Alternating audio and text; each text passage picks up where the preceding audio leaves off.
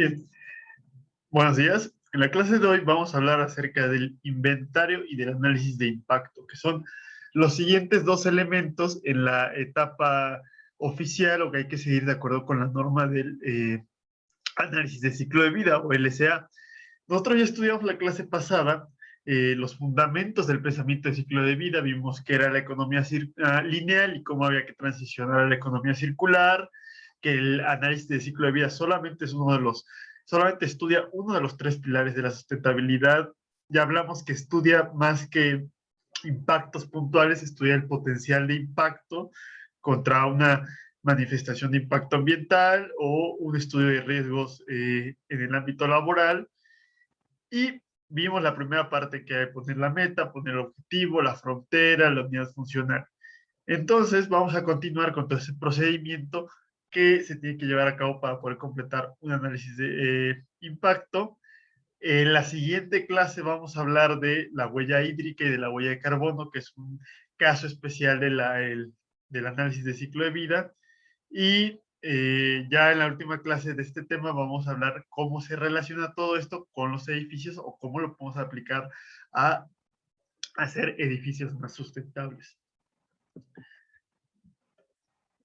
Entonces, lo primero va a ser el inventario, que como su nombre lo dice, simplemente es hacer una lista de insumos, de salidas y cuantificarlas, medirlas por pesos, por volúmenes, etcétera. Entonces, yo puedo decir cuánto arsénico se emitió, cuánto CO2, cuánto metano, eh,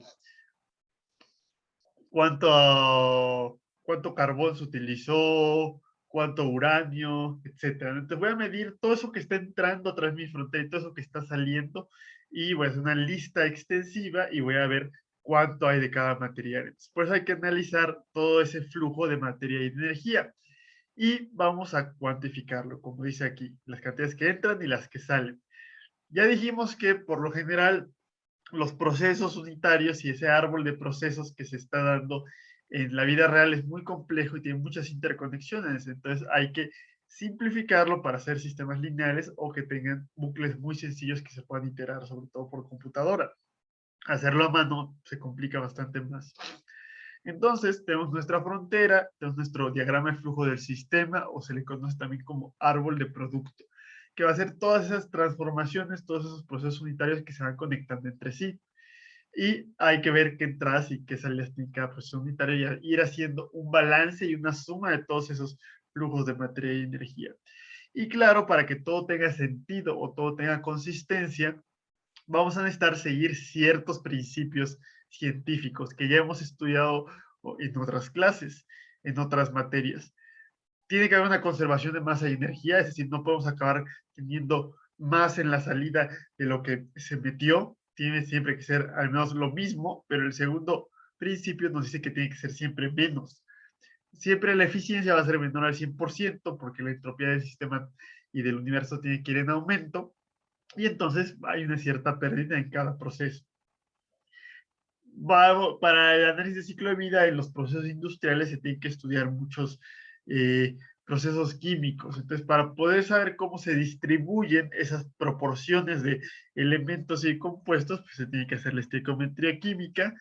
Y ya en ciertos casos más complejos, como cuando tenemos que trabajar con energía nuclear, pues hay que tener en cuenta que la materia se puede convertir en energía. Entonces, podemos tener a la salida menos materia de la que teníamos, pero no es porque se haya violado ese proceso de conservación de masa, sino que simplemente se convirtió en energía, que es la relatividad especial de Einstein y es lo que sucede en la energía nuclear. El residuo siempre pesa menos que lo que se está metiendo porque hubo una conversión a energía. Entonces vamos a tener nuestro flujo, nuestro diagrama de proceso con todos esos procesos unitarios y cada proceso unitario va a tener cierta cantidad de entradas y salidas. Hay que tener en cuenta que hay unas salidas y entradas intermedias que son las que conectan entre sí los procesos unitarios, pero que nosotros lo que vamos a cuantificar van a ser todas estas Is, entradas de inputs, y O de outputs, de salidas. Si dan cuenta, no estamos cuantificando esos procesos o esos pasos intermedios, porque esos pasos intermedios realmente únicamente van a ser la liga entre estos procesos unitarios. Y sí va a ser importante porque nos va a ayudar en la asignación, que vamos a hablar ahorita un poquito más adelante de eso. Pero realmente no es algo que esté cruzando la frontera del sistema y por eso no lo estamos tomando en cuenta. Entonces, si tomamos como ejemplo un celular, realmente dijimos que el celular es solamente un proceso intermedio del ciclo de vida. Es cuando sale de la fábrica y lo compro y lo utilizo. Entonces, este producto final terminado, que es un celular y que se empieza a utilizar, no lo voy a cuantificar en mi inventario porque solamente es un paso intermedio. Ni siquiera los elementos individuales del celular, el chip, la pantalla, etcétera, no lo voy a cuantificar por sí solo, sino me tengo que ir, como ya he comentado, más atrás a las materias primas, a el silicio, al cadmio, etcétera, todo lo que se está utilizando para fabricar ese celular. Y lo mismo a la salida.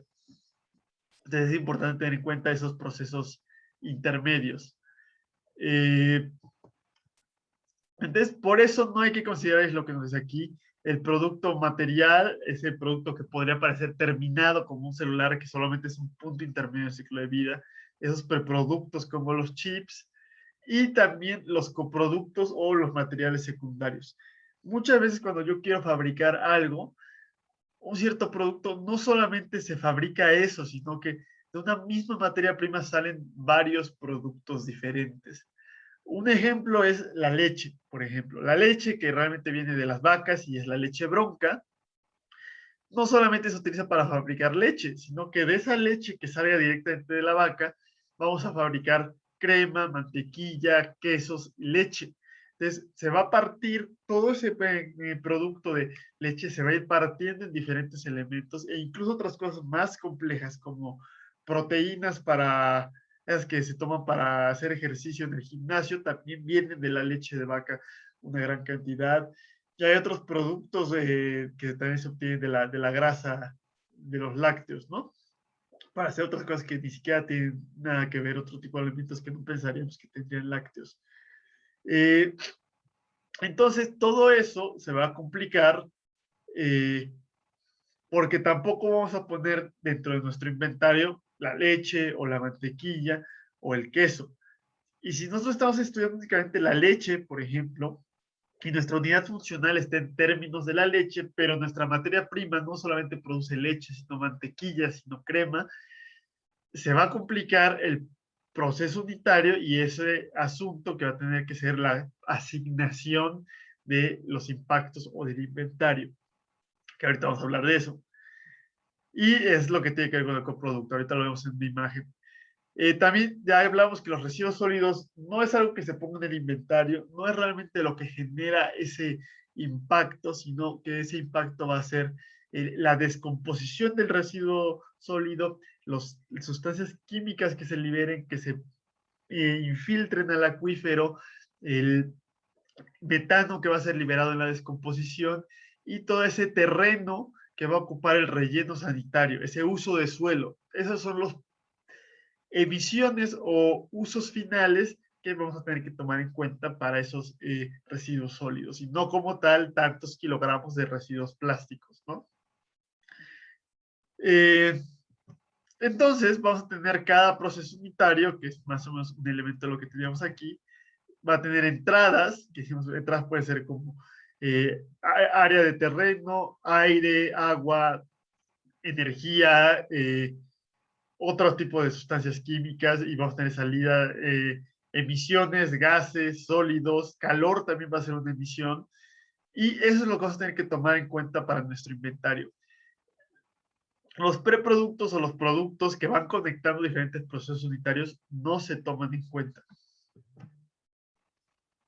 Y este es el caso de lo que ya hablamos. Entra, por ejemplo, el producto que sería la leche bronca o la materia prima, y se va a producir la leche, que es lo que nos interesa, y un coproducto, que no es un subproducto. Un subproducto es algo que ya no nos sirve, que se va a convertir en residuos. Un coproducto es algo que se le puede dar un valor económico en otra parte. Entonces, un coproducto como la mantequilla o como la crema, que no estaban dentro de nuestro sistema inicial, que también parte de estos insumos o de los impactos de estos insumos y del impacto de este proceso le corresponden un porcentaje del coproducto A, un porcentaje del coproducto B y un porcentaje del coproducto C. Entonces, pues hay que hacer esa asignación, es decir, qué porcentaje le va a corresponder a cada uno. Y a veces es sencillo y a veces es bastante complicado o bastante arbitrario. Entonces, es sencillo, sobre todo si los coproductos son finales, si se va a vender directamente la mantequilla o si se va a vender directamente el queso, ¿no?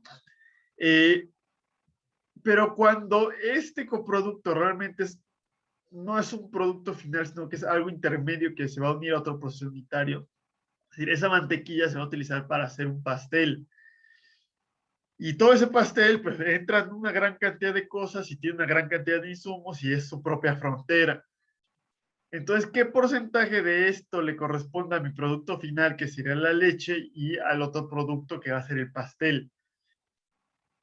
Es muy complicado realmente el transmitir esos impactos o saber cuánto asignar a cada impacto.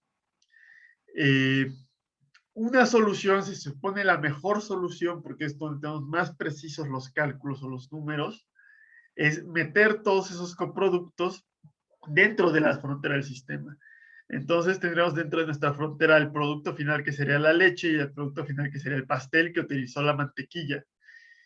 La complicación ahí es que recuerden que la unidad funcional tiene que ir en términos de esos productos finales. Entonces, definir una unidad funcional para un solo producto, como puede ser la leche, puede ser sencillo, pero definir la unidad funcional para leche, mantequilla, pastel, queso, enchiladas, que también va a tener crema y queso, se empieza a complicar demasiado y como el pastel va a tener toda otra serie de insumos que están entrando diferentes a los de la leche, cada vez se va haciendo más grande esa frontera del sistema y se vuelve inviable en tiempo y en recursos económicos. Entonces, por esa razón habíamos hablado del criterio de corte, que sobre todo era el criterio de corte en los insumos, saber en qué momento eliminarlo de la frontera, y dijimos que era algo totalmente arbitrario. También hay cierto criterio arbitrario para poder cortar esos coproductos porque se complica demasiado la frontera del sistema. Entonces, una opción pues es simplemente dejar dentro de nuestra frontera ese producto intermedio y los otros coproductos, es decir, dejar la leche adentro y tener nuestra unidad funcional definida en términos de la leche y tener el pastel totalmente fuera de nuestro sistema. Ahí va a haber una complicación que va a ser esa asignación externa. Ahorita voy a hablar un ejemplo de esta asignación interna que es relativamente sencilla. Y la asignación externa se complica más eso, decidir esos porcentajes y no lo vamos a estudiar en esta muy breve introducción que estamos haciendo al análisis del ciclo de vida.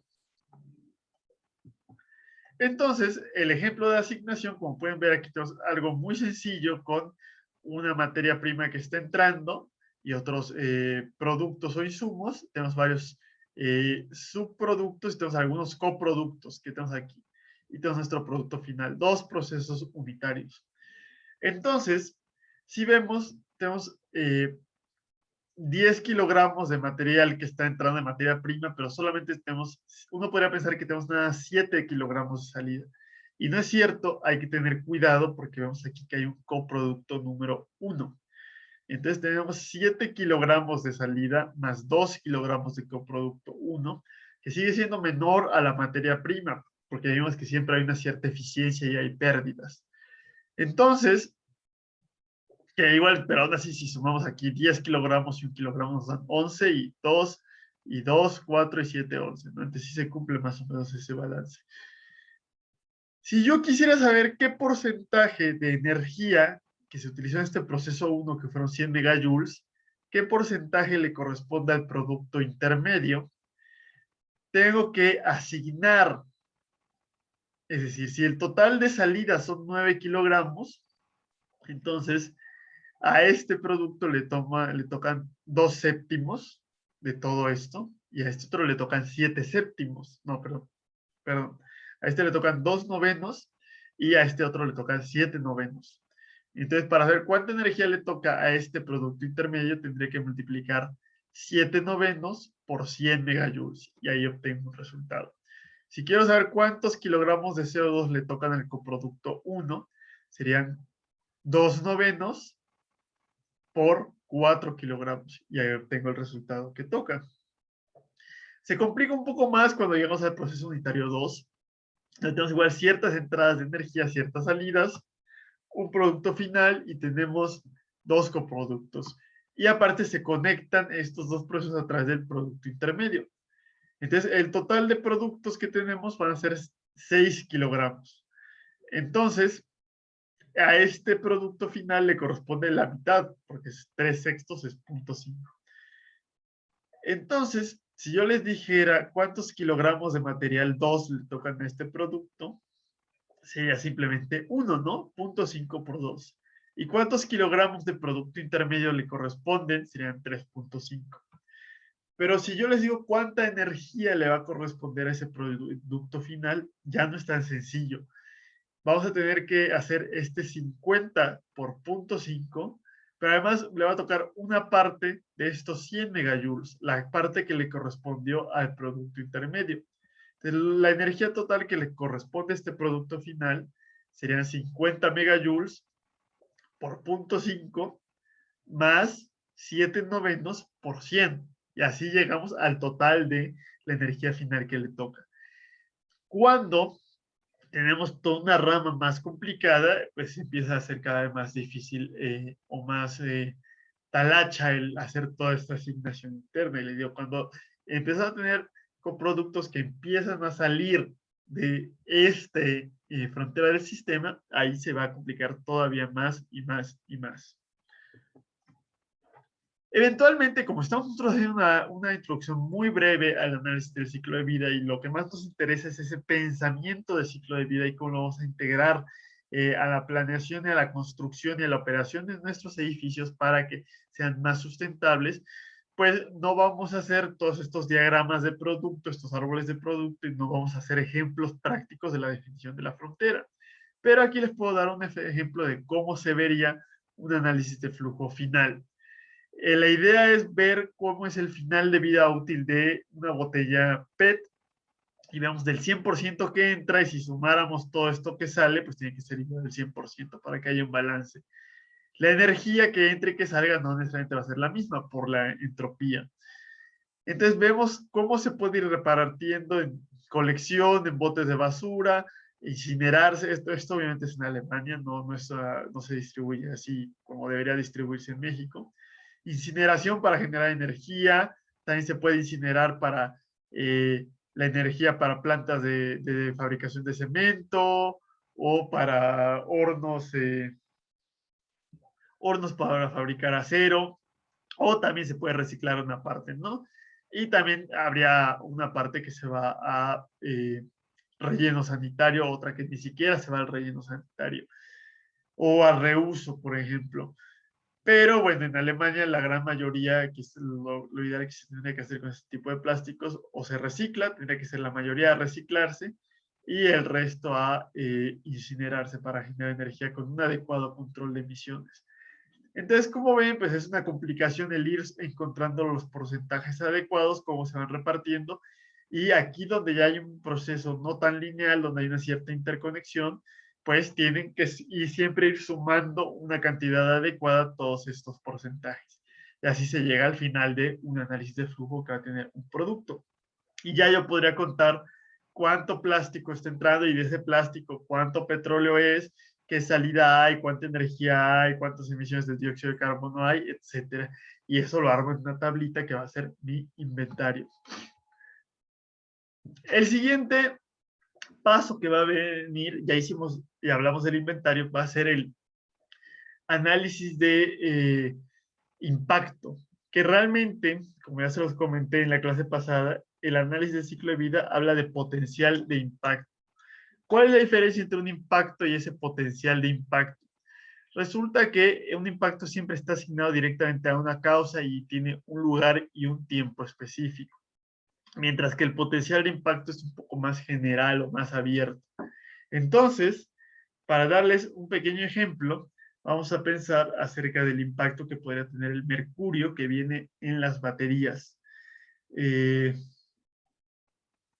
Entonces, suponiendo que hay un impacto puntual, sería, por ejemplo, tener una planta de fabricación de baterías a orillas del río Lerma y decir, hacer una manifestación de impacto ambiental y analizar que pues esa fábrica en particular durante 2018 descargó 10 litros por segundo de agua residual y esa agua residual no venía tratada correctamente. Entonces tenía 200 partículas por millón de mercurio.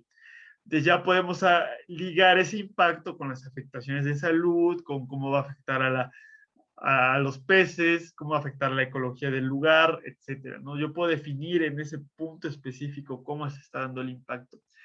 Mientras que el potencial de impacto de las baterías tendría que ver con todo ese ciclo de vida. Entonces, suponiendo que tenemos un control remoto de televisión, bueno, un control de remoto de televisión tiene que ir cambiando de baterías. Entonces, pensar que a lo largo de toda su vida útil se van a utilizar 300 baterías y que resulta que esas 300 baterías equivalen a descargar 2 kilogramos de mercurio. Y ese mercurio se va a descargar a lo largo de la vida útil del control remoto, que van a ser unos 10 años. Entonces, esos 10 kilogramos, esos 2 kilogramos de mercurio, se empieza a complicar la situación porque decimos en qué fábrica se descargaron o en qué parte, en un río, en un bosque, etcétera, dónde fueron descargados, en qué año, a qué especies va a afectar, a qué poblaciones va a afectar. Es mucho más difícil decirlo porque esas baterías que yo compré no es necesariamente que yo compré para utilizar mi control remoto aquí en México, en la Ciudad de México, no se fabricaron necesariamente en el río Lerma, a lo mejor se fabricaron en Vietnam. Y a lo mejor cuando yo los tiré, México no los mandó a un relleno sanitario en México, sino que México exportó esos residuos a Malasia. Entonces ya el impacto se va abriendo, se va diluyendo y el que se diluye espacialmente y temporalmente no quiere decir que el impacto total vaya a ser menor, pero ya no puedo puntualizar dónde se está generando ese impacto. Entonces, el LCIA, que es Life Cycle Impact Assessment, o sea, el análisis de impacto o la evaluación de impacto del análisis del ciclo de vida, no busca responder esas preguntas puntuales, espaciales y temporales. Ese no es el objetivo. Ese es el objetivo de una manifestación de impacto ambiental. Sí es posible mejorar la resolución espacial y temporal de un análisis de impacto y empezar a adjudicar impactos específicos donde se empezaría a borrar esa frontera entre la manifestación de impacto ambiental y un análisis de ciclo de vida. Pero si ya por sí el análisis de ciclo de vida requiere muchas horas de trabajo, de recopilación de información muy detallada, eh, y tiene un alto costo, pues agregarle toda esa dimensión y esa mayor resolución espacial y temporal, pues se complica mucho y muchas veces se vuelve inviable.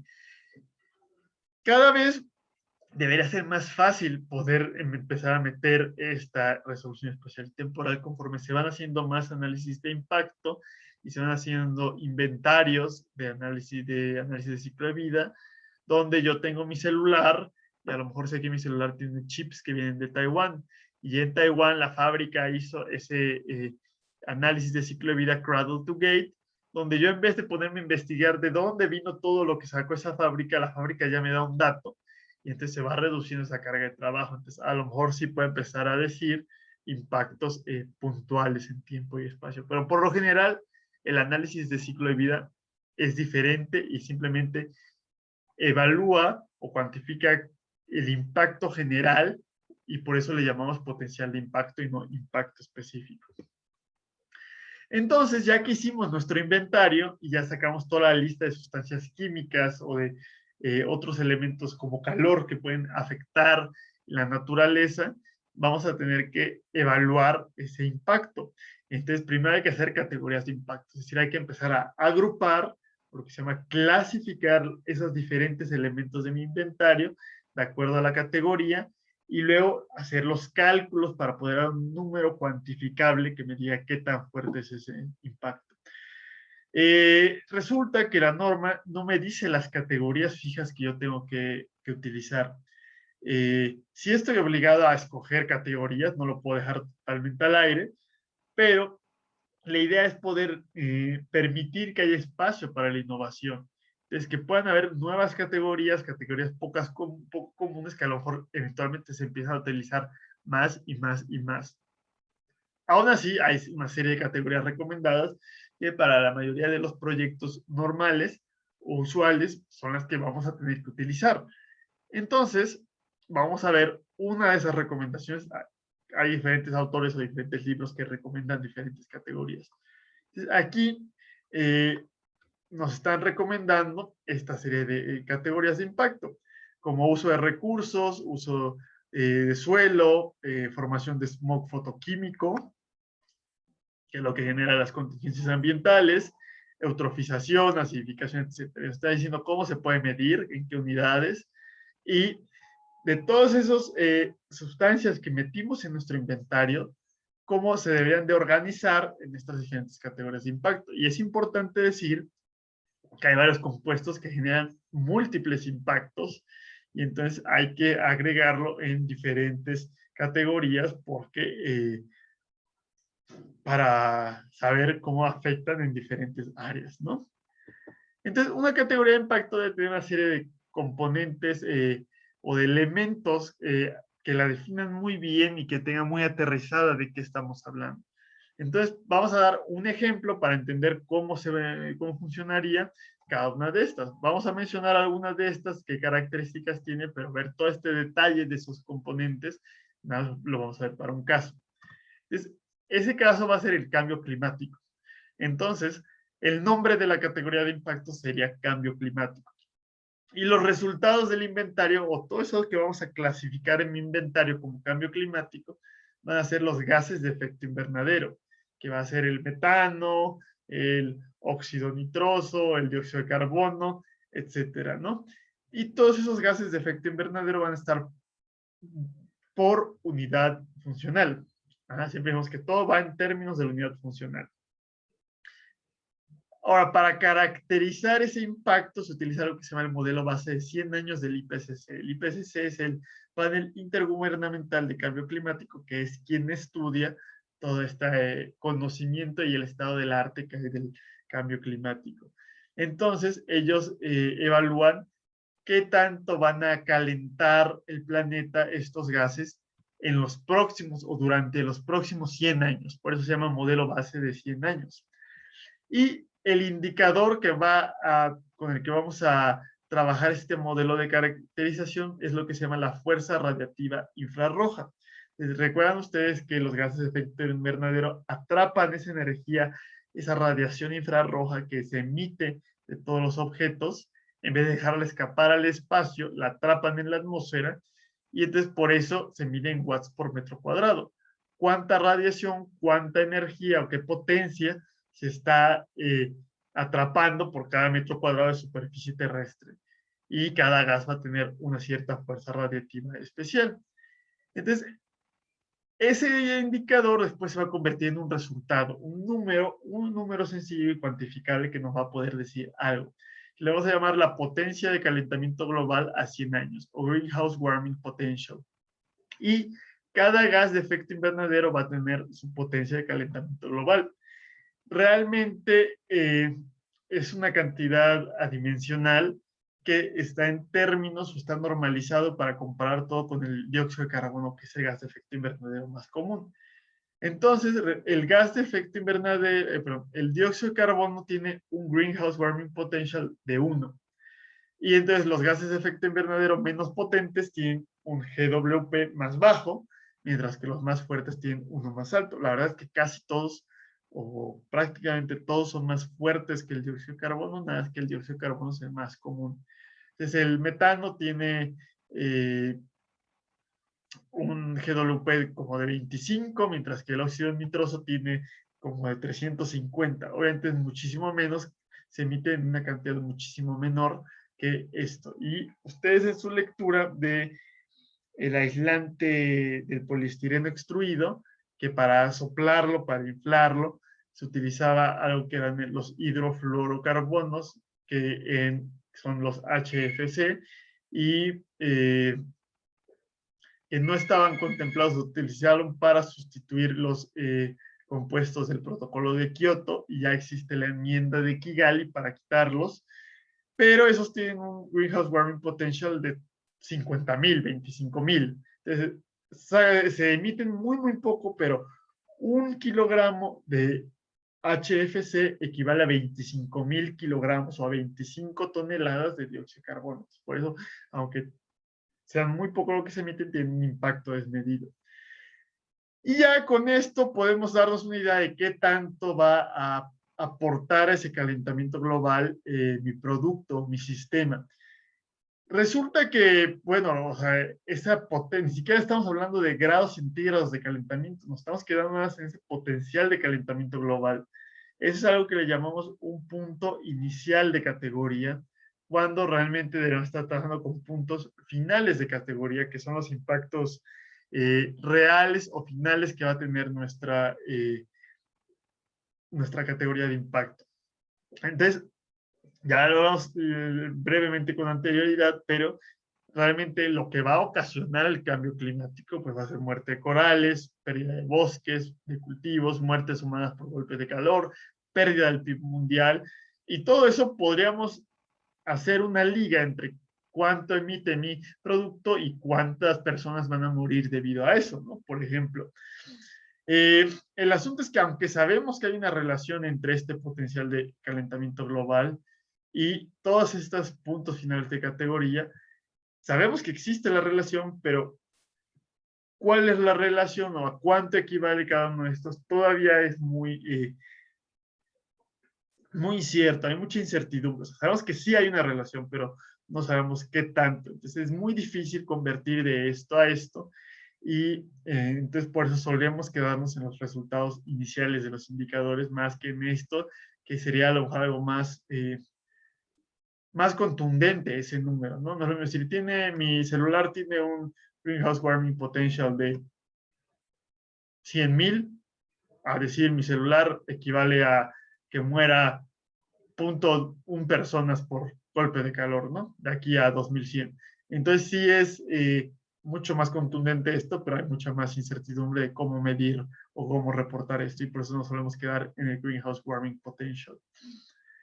¿Qué indicadores de impacto hay o qué categorías de impacto? Bueno, más bien dentro de estas categorías de impacto, ¿cómo medimos y qué indicadores utilizamos? Entonces, vamos a hablar o dividirlo primero en dos tipos de impacto que podemos tener. Vamos a tener el impacto de uso de recursos, que son los insumos que estoy tomando, y el impacto de emisiones, que es lo que estoy sacando, esos subproductos, esos residuos que estoy emitiendo a la atmósfera, al suelo, al agua, etcétera. Dentro del uso de recursos, tradicionalmente nos quedamos con la idea de que hay recursos renovables y recursos no renovables. A lo mejor un término más adecuado sería hablar de recursos finitos y de recursos regenerativos. Los recursos finitos, como el carbón, resulta que no son tan finitos, sí se va recuperando, pero bueno, el carbón actual tardó 400 millones de años en hacerse y nos vamos a acabar en 300 años, ¿no? Esa diferencia de escalas hace que sea finito. Hay otras cosas regenerativas como el oxígeno, y eso es también una diferencia importante. Muchas veces pensamos que lo renovable o regenerativo es algo natural o biológico, como los árboles, la madera, las hojas, etcétera. No necesariamente lo es toda esa biomasa, sino que también hay elementos abióticos o no vivos que pueden ser regenerativos. Entonces tenemos dos dimensiones, la parte finita y regenerativa contra la parte biótica y abiótica. Entonces hay abiótico finito, abiótico regenerativo, biótico finito y biótico regenerativo. Abiótico finito ya hablamos, por ejemplo, de todos los combustibles fósiles. Regenerativo podría ser el agua dulce, que siempre se nos dice, el oxígeno, por ejemplo. Biótico finito es, por ejemplo, especies en peligro de extinción o maderas tropicales de bosques primarios que van a tardar muchos siglos en recuperarse. Entonces, cada que los tomamos, estamos disminuyendo esa cantidad que hay. Mientras que biótico regenerativo, pues va a ser todos los peces, todos los productos animales silvestres, etcétera, siempre y cuando los estemos tomando a una tasa menor a su tasa de regeneración.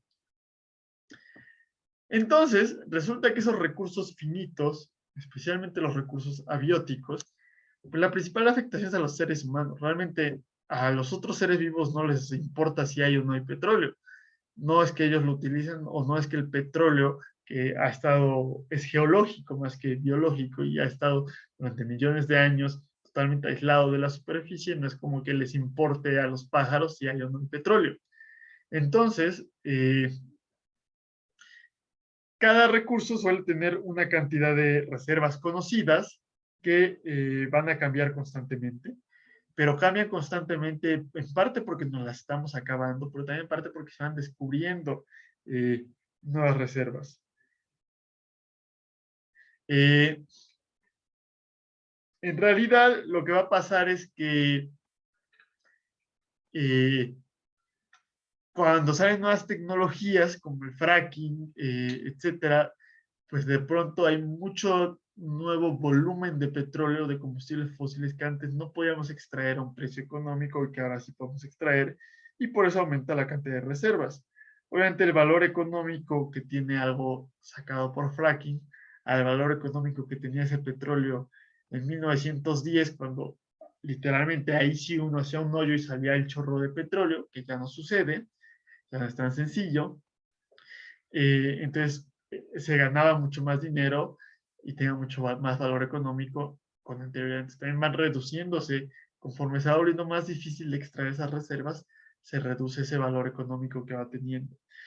Entonces, hay un consumo que estamos teniendo y un rango estático. Y ese rango estático va a ser la cantidad de años que tardaríamos en acabarnos esas reservas, dadas el consumo global. Entonces, cuando nos dicen que nos quedan 50 años de petróleo, ese es el rango estático. Entonces, la escasez, que es el indicador que yo podría utilizar, sería ese consumo que yo estoy teniendo entre el rango estático global. Por otro lado, tenemos los recursos regenerativos, como los bosques, que sí van a estar creciendo a una tasa razonable. Se van a estar regenerando y entonces de eso sí yo puedo simplemente a esta ecuación de escasez meterle esa tasa de regeneración. Entonces, la escasez va a ser mucho menor que la de los recursos finitos. Por otro lado, hay ciertas categorías especiales o ciertos recursos especiales que se miden con algunos indicadores particulares. El agua, especialmente, se suele tomar o tener en cuenta en términos de estrés hídrico, que va a ser ese uso que se le está dando en una cuenca en particular, comparado contra la recarga que está teniendo esa cuenca. Si yo estoy sacando más de lo que la cuenca está recibiendo, entonces está aumentando el estrés hídrico de la cuenca. También vamos a mencionarlo otra vez brevemente en la siguiente clase de la huella hídrica. Resulta que ese uso consultivo es el que extraemos de la cuenca sin regresarlo. Entonces, es importante tener en cuenta porque si yo me lavo las manos, estoy utilizando agua que se extrajo de la cuenca, pero si esa agua se va al drenaje y se regresa a un río de la misma cuenca, no estoy eliminando agua de la cuenca. A lo mejor la estoy contaminando, pero no la estoy eliminando, entonces no es uso consultivo. Pero el agua que uso para regar, el agua que está dentro de un producto, como a lo mejor dijimos en un pastel que tiene que llevar agua adentro todos los productos, que es parte de la huella hídrica virtual que vamos a hablar de la clase siguiente, o si yo mando el agua de una cuenca a otra, que es un trasvase, ahí sí es un uso consultivo. Entonces, el indicador de impacto para el uso de agua suele ser el estrés hídrico. El uso de suelo, eso se va a medir en algo que se llaman los niveles hemeróbicos. Entonces, aquí tenemos esta pequeña tabla donde nos está definiendo cuáles son los niveles hemeróbicos. Entonces, cada nivel hemeróbico tiene un nombre un poco extraño, como ahemeróbico, mesohemeróbico, alfa euhemeróbico, metahemeróbico. Pero eso corresponde a un nivel o a un gradiente de naturaleza de los usos de suelo. Algo totalmente natural que nunca ha tocado el hombre va a ser algo aemeróbico, mientras que esa plancha urbana de concreto va a ser algo metahemeróbico. En realidad, más adelante vamos a ver que prácticamente ya no existen usos de suelo aemeróbicos en el planeta, solamente queda como un 3% que no ha sido tocado por el ser humano. Y la mayoría de lo que consideramos áreas verdes o naturaleza, pues suele ser poliemeróbico, que es seno natural o casi natural, casi, más bien, apenas natural, más bien. Es decir, algo que es casi artificial en realidad. Entonces, todas esas áreas verdes, parques que hay en las ciudades realmente son usos de suelo polimeróbicos. Las parques nacionales pueden ser a lo mejor mesohemeróbicos o oligohemeróbicos, porque aún así hay influencia del hombre, porque luego hay carreteras, hay caminos aunque sean pequeños, senderos, etcétera, se administra en cierta manera el bosque. Solamente la hemeróbica es donde no puede entrar en realidad o no ha entrado ninguna influencia humana. Entonces dijimos que yo iba a medir la cantidad de metros cuadrados que está utilizando mi sistema en ese inventario del análisis de ciclo de vida. Lo que voy a hacer es, por ejemplo, si construyo un edificio, pues estoy tomando varios metros cuadrados de suelo y eso va a mi indicador de impacto. El relleno sanitario utiliza cierta cantidad de metros cuadrados. Entonces yo voy a definir, por ejemplo, si resulta que era un bosque primario, que era oligohemeróbico, y lo talé para hacerlo zona arable, 1 hectárea, por ejemplo, entonces hubo un cambio de 1 hectárea de nivel oligohemeróbico a nivel alfa euhemeróbico. Y si, por ejemplo, había un bosque, un cultivo de bosque, que aunque nos estén diciendo que reforestar con bosques frutales y maderables es una actividad ambiental, no lo es en realidad, porque realmente sigue siendo un nivel parcialmente artificial, porque no son especies endémicas. Un bosque real tiene diversidad de especies, no es una plantación así en fila. Entonces realmente no va a tener buena diversidad, algo que sea un bosque frutable y maderable, por así decirlo, que sea solo una especie, ¿no? Entonces, pero suponiendo que existiera eso, o sea, lo ideal sería tener áreas protegidas que fueran mesohemeróbicas o oligohemeróbicas, ¿no? Si yo tuviera un bosque de ese tipo o una plantación de árboles y la corto y de pronto pongo una plancha de concreto para hacer un estacionamiento, estoy convirtiendo de un nivel de uso de suelo beta euhemeróbico a un nivel de uso de suelo meta era beta euhemeróbico contra meta hemeróbico. Entonces, así puedo yo definir esos diferentes niveles de cambio y qué cantidad de área estamos convirtiendo. Y claro, siempre hay que tener en cuenta que todos son metros cuadrados por unidad funcional. Eso es en el lado de el uso de recursos. Por otro lado, vamos a tener las categorías de las emisiones, es decir, lo que estoy sacando. Y esto lo voy a mencionar brevemente porque es algo que ustedes deben haber estudiado en sus clases de impacto ambiental. Bueno, se llama ahora ingeniería ambiental, ¿no? Supongo que esto, o no sé, a mí no me hablaron de esto de los niveles de uso de suelo, o sea, sí me hablaron del impacto del uso de suelo, pero no de los niveles hemeróbicos, por ejemplo, ¿no? O de la escasez que podemos tener de los recursos finitos. Pero esto seguramente si ustedes lo estudiaron con más detalle, la eutrofización, cambio climático, ya lo hemos hablado brevemente en diferentes niveles, o la acidificación y el smog fotoquímico también. Entonces, diferentes sustancias químicas generan estos efectos de acidificación o de eutrofización y ya vieron usted por la eutrofización, aumenta la cantidad de nutrientes, entonces crece mucha biomasa que acaba con la cantidad de oxígeno, ¿no? La acidificación que simplemente es un aumento de la cantidad de protones libres en una solución y eso baja el pH de la sustancia. Cambio climático, ya dijimos que son sustancias que absorben radiación infrarroja y entonces aumentan la temperatura del planeta. Entonces, de acuerdo con esas características, lo caracterizamos el modelo y lo medimos. Y al igual que el cambio climático, que todo lo normalizábamos al kilogramos de CO2 para poderlo medir con una sola base, la eutrofización y el potencial de acidificación también lo normalizamos a una sola sustancia química. Entonces convertimos, hacemos que este fosfato tenga un nivel de 1 y todas las otras sustancias las convertimos si están arriba o si están abajo a este nivel de impacto y ya puedo tener yo un solo número que me dice qué tan grave está siendo esa situación. Aparte de estas categorías de emisiones básicas, fáciles de medir y de cuantificar porque es algo químico, va a haber otras categorías muy complicadas de medir, muy difusas, pero pueden llegar a ser las más importantes. Hay algo que se llama el principio de precaución, porque muchas veces uno puede pensar, bueno, es que no sé qué tanto impacto estoy teniendo en estas categorías complicadas, no sé cómo medirlas, me va a tomar mucho tiempo hacer ese cálculo, que es una reacción que ustedes podrán tener con esta clase de edificios sustentables. Es que está muy complicado todo lo que hay que hacer, todas las medidas de control térmico, todas las medidas de análisis de ciclo de vida. Entonces, pues me olvido, ¿no? O sea, como está demasiado complicado, mejor ya ni me meto y no lo hago. Y eso es una respuesta muy común que tienen los gobiernos y muchas empresas. Es que es complicado tratar el agua residual o cuesta mejor ni lo hago, ¿no? Y como que me olvido que existe ese problema. El principio de precaución nos dice que aunque no estemos seguros del impacto, no estemos seguros de cómo medirlo y cómo atacarlo, pues tenemos que irnos del lado de la seguridad, que es lo que les han estado enseñando y repitiendo 20 veces en toda la carrera de ingeniería civil. Siempre hay que estar del lado de la seguridad, por eso tenemos factores de seguridad, etcétera. Entonces, en nuestro pensamiento también hay que irnos del lado de la seguridad, y aunque no sepamos muy bien cómo medir estas categorías, hay que tener en cuenta que pueden ser muy importantes y muy graves.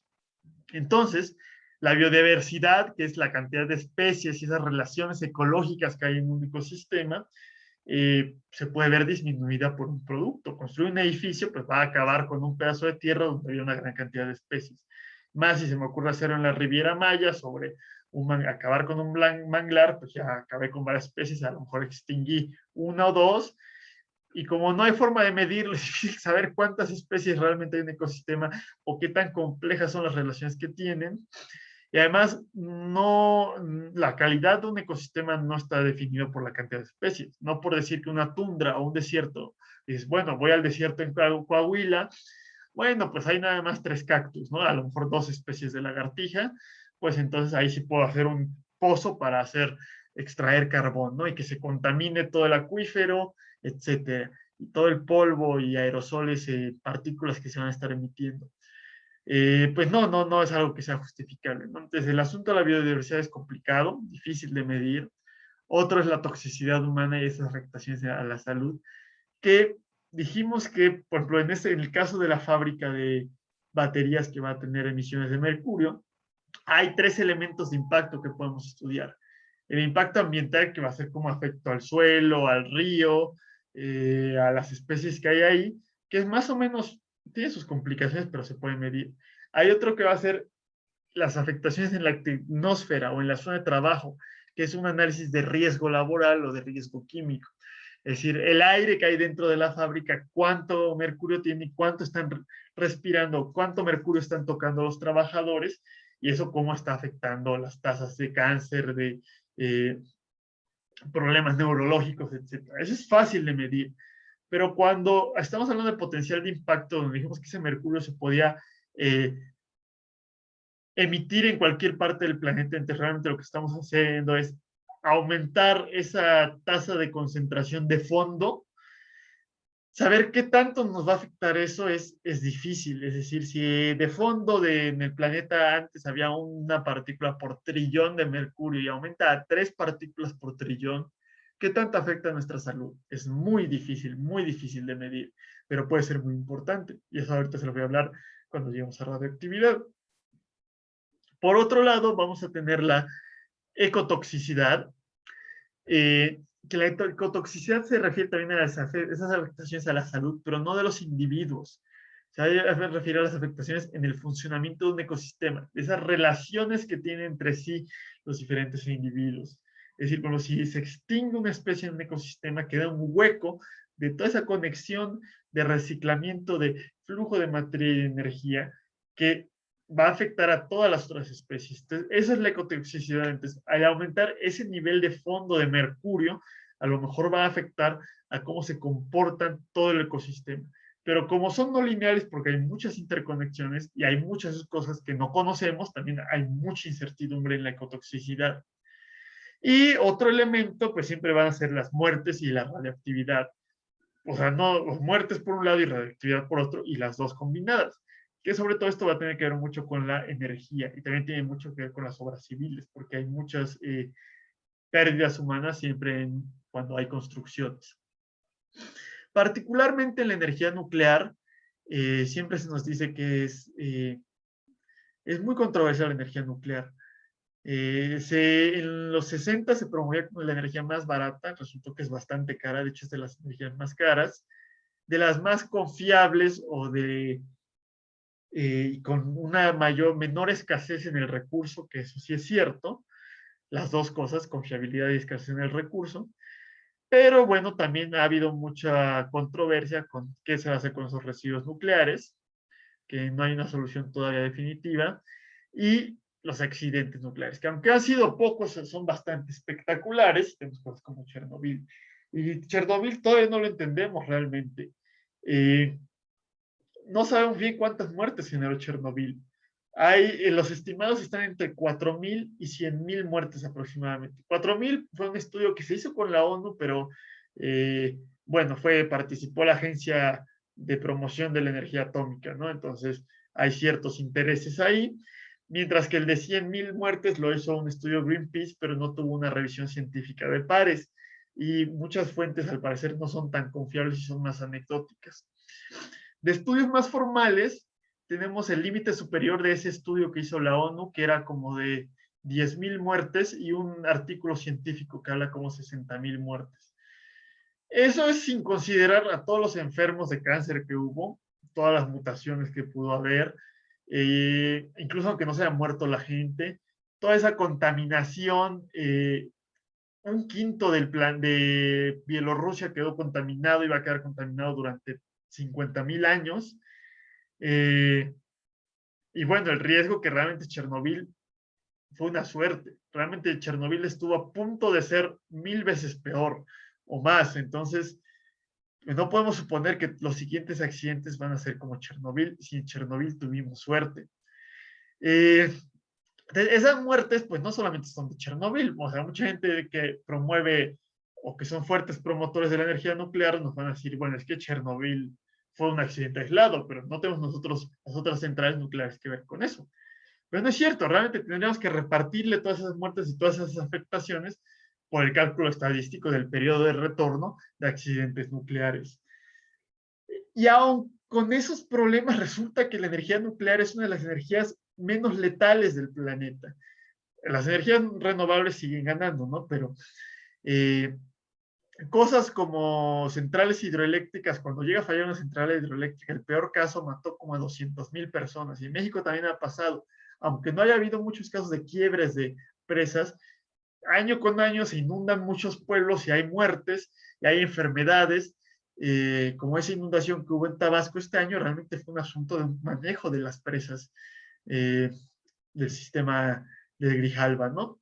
Eh, entonces, todo eso genera enfermedades y afectaciones a la salud humana.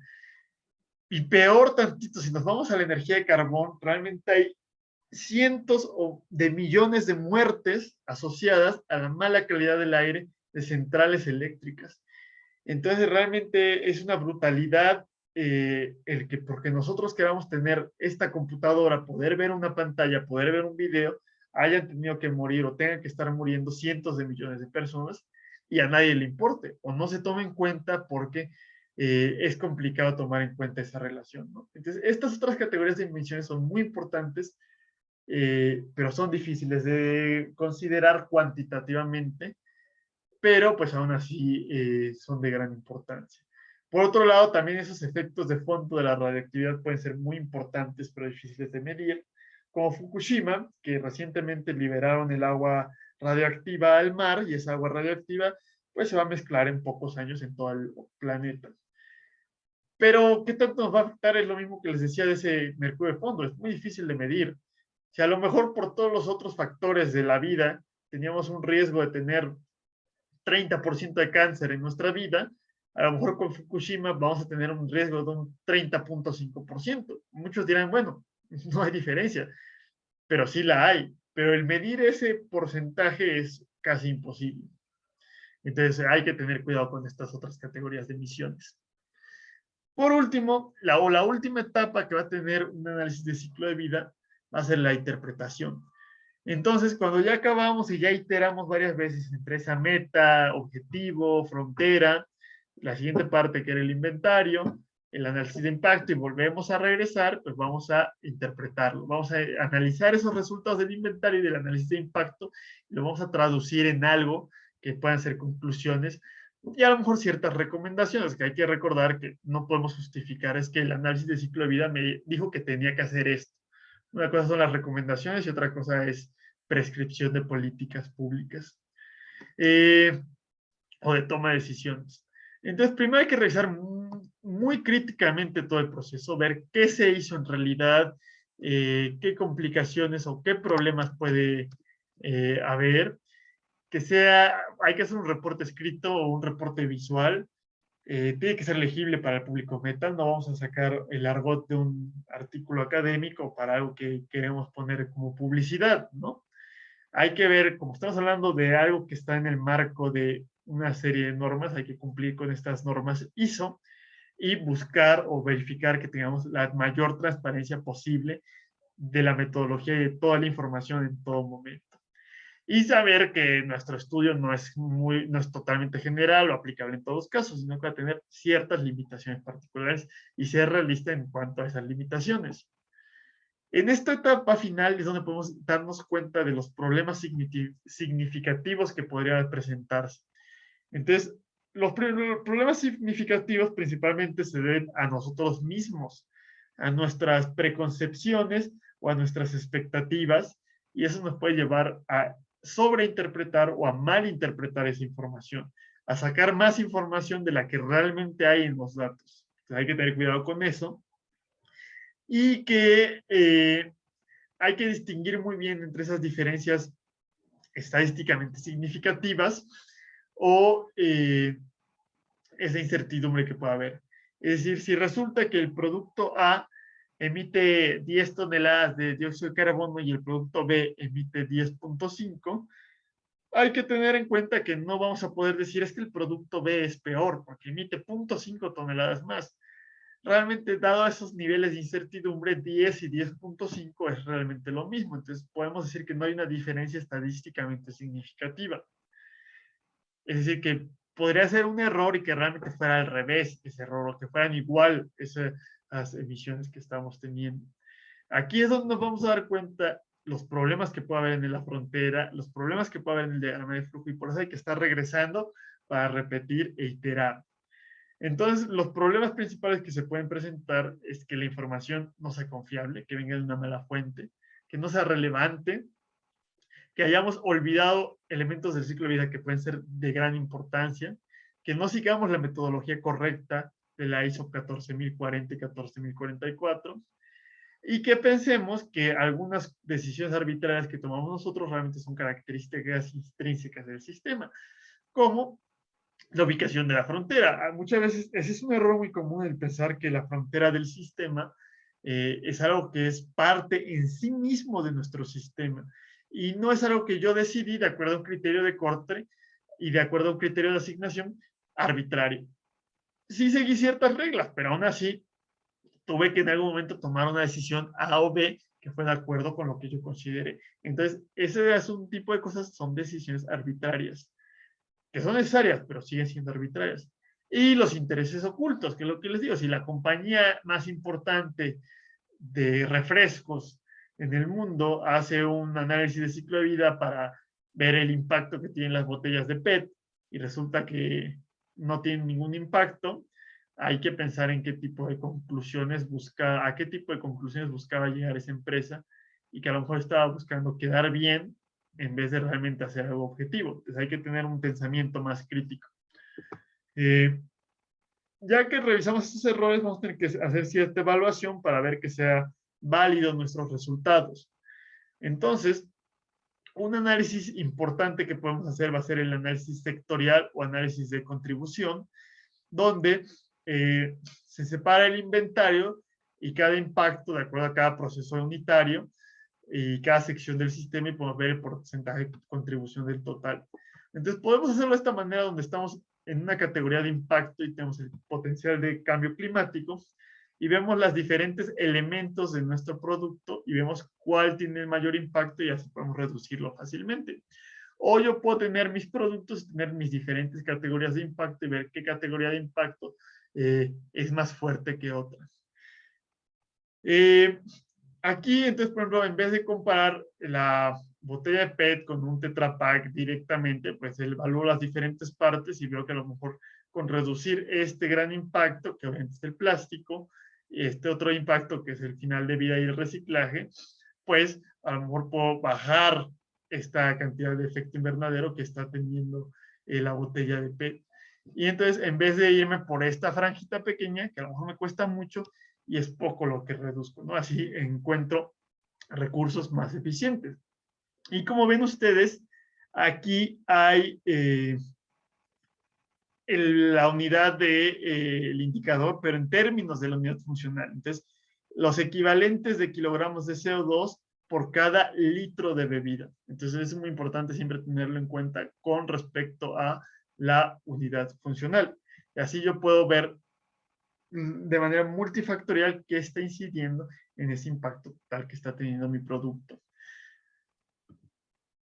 Otro va a ser el análisis de incertidumbre y estos otros 2 o 3 elementos que vamos a ver, ustedes los estudiaron brevemente en sus clases de sistemas. Tampoco aquí se lo voy a mencionar muy brevemente, pero para que sepan que se pueden aplicar o que existen estas metodologías. Entonces, recordemos que todo lo que entra va a tener, todos esos insumos realmente tienen un rango de incertidumbre. No quiero decir que es decir, que para producir 1 kilogramo, o sea, el empaque para 1 litro de leche, tenga que utilizar 5 kilogramos de cartón. A lo mejor a veces uso 4.9 o a veces uso 5.2. Entonces, hay una distribución de probabilidad de los insumos de entrada. Y también los insumos de transformación pues tienen distribuciones de probabilidad. Pero como son redes muy complejas, pues no puedo yo despejar para encontrar la distribución de probabilidad con una solución analítica, es decir, una ecuación de mi salida, que mi salida serían estos indicadores de impacto. Entonces tengo que hacer una simulación de Monte Carlo. Si yo tuviera un valor puntual de estos rangos de variación, entonces ahí sí podría yo encontrar un valor puntual de la salida. Entonces genero una gran cantidad de valores puntuales de entrada, de acuerdo con esas distribuciones de probabilidad, calculo el resultado final para cada uno y obtengo una nube de puntos de resultado. Y saco ese promedio o lo caracterizo como una distribución de probabilidad y ahora sí estoy representando la incertidumbre en el resultado. Entonces, en vez de tener solamente estas gráficas de cuánto contribuye cada elemento, vamos a tener rangos de error. Esto puede ser este valor más menos algo. Y eso me lo puede dar una simulación de Monte Carlo. Otro que vamos a hacer va a ser el análisis de sensitividad, que en sus clases de esto lo vieron en Ingeniería de Sistemas. El análisis de sensitividad lo vieron en Teoría General de Sistemas, donde hacen una matriz de esos valores marginales, ¿no? Dentro de qué rangos podría variar, o dentro de qué rangos era válida esa variación, y si me salía de esos rangos, pues ya no sucedía. O si cambiaba una unidad, pues qué tanto cambiaba la otra variable, ¿no? Que es como la pendiente o la elasticidad de un sistema. Entonces, al cambiar esas decisiones arbitrarias, es decir, expandir un poquito la frontera, contraerla un poco, cambiar un poco esas asignaciones, ¿qué tanto cambia mi resultado final? Resulta que si abro un poquito la frontera, empeora mucho mi impacto y entonces es muy sensible mi sistema y hay que tomar eso en cuenta. También podemos comparar diferentes alternativas, como decir, cómo se compara el PET contra el Tetra Pak. Pero, y de hecho ese es uno de los usos principales del análisis del ciclo de vida, pero hay que tener en cuenta con lo que se llama el análisis de discernibilidad, donde rara vez vamos a poder hacer una conclusión sin ambigüedad. Entonces, aquí muchas veces, y aquí solamente estamos hablando del impacto del cambio climático, pero difícilmente podría yo decir, es que la botella de PET es peor que el Tetra Pak. Realmente, como hay rangos de incertidumbre, podría yo decir es que hay un 95% de probabilidad de que el producto A sea mejor que el B. O lo que dijimos, están muy cercanos, a lo mejor hay uno que es mayor, pero como están muy cercanos, no hay una diferencia estadísticamente significativa.